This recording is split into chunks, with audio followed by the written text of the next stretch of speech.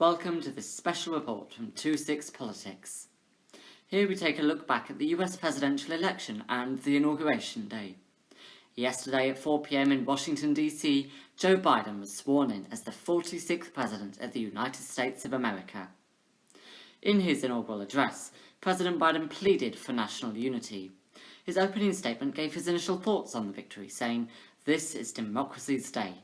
A day of history and a hope of renewal, of resolve and a crucible for the ages." He went on to say how America has been tested anew and America has risen to the challenge. Of course, even without the added pressures of coronavirus, the election process was indeed a test of epic proportions. A few key moments during the election included 11 lawsuits against states and the Supreme Court, allegations of foreign interference, multiple high-ranking cabinet members and senior employees were fired, very close races in individual states over the course of days, and of course the deadly Capitol riots during the confirmation of Biden's victory. Biden's incoming Chief of Staff, Ron Klain, said that the new executive orders will change the course of COVID-19, combat climate change, promote racial equality, support underserved communities, and rebuild our economy. Another immediate priority will be to withdraw the federal legal case that would end Obamacare. In terms of coronavirus, Biden plans to inject money into speeding up the delivery of vaccines. His $1.9 trillion coronavirus rescue plan will ensure every American receives $1,400, as well as boosting the vaccine rollout program by $20 billion. The plan also includes setting up thousands of vaccination sites in gyms, community centres and sports arenas. It is also expected to encourage the mobilization of the National Guard for states struggling to bear the burden of the vaccine rollout. In his speech, President Biden commented, "We've learnt again that democracy is precious. Democracy is fragile.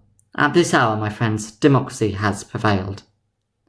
Biden will also prioritise international relationships with conversations to world leaders and reassuring allies about the US role on the global stage. So what does a Biden presidency mean for the UK? Biden is a keen supporter and advocate of the special relationship. His key aims of foreign policy will be to repair and strengthen the bond between the UK and America. Biden will also be looking to collaborate closely with the UK on the subject of Iran and our ongoing allied operations in the Middle East. Biden will also repair the bridges broken by Trump with regards to NATO and the continuation of our strategic military alliance with the USA and other European countries. It would be prudent to mention climate change as well. We can expect that Biden will support our plan to be carbon neutral by 2050. On a more human level, we know that Downing Street has found working with their current US counterparts slightly difficult. It is expected that Biden will provide some room for civil service and Downing Street to enable us to focus on our domestic affairs. One thing is clear though, historic changes are coming as a result of the election. The inauguration itself was a historic day for many reasons. Kamala Harris became not only the first woman, but the first Black and South Asian American woman to become the Vice President.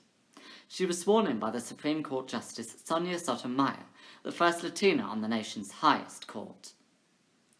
The inauguration celebrations featured a host of familiar faces, including former Vice President Mike Pence, former President Barack Obama and First Lady Michelle Obama, former President Bill Clinton and Secretary Hillary Clinton, former President George W. Bush, Speaker Nancy Pelosi, Senator Bernie Sanders, as well as celebrities including Lady Gaga and Jennifer Lopez. Another key element of the new president's inauguration speech was the message of the challenge the new administration and the president and the American people as a whole face. He said, "This is a great nation. We are good people. And over the centuries, through storm and strife, in peace and in war, we have come so far. We'll press forward with speed and urgency, for we have much to do in this winter of peril and significant possibilities.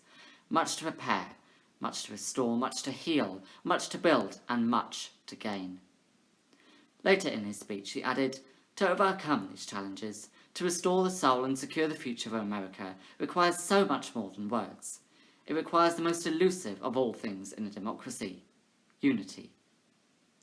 It was clear from President Biden's speech and the first day actions that the challenges his federal administration faces are large, and without the support of his population, he cannot overcome these. But the other strong message he repeated was one of hope for the future. That's all from this special report of 26 Politics. President Biden, we wish you the very best of luck. Long live America.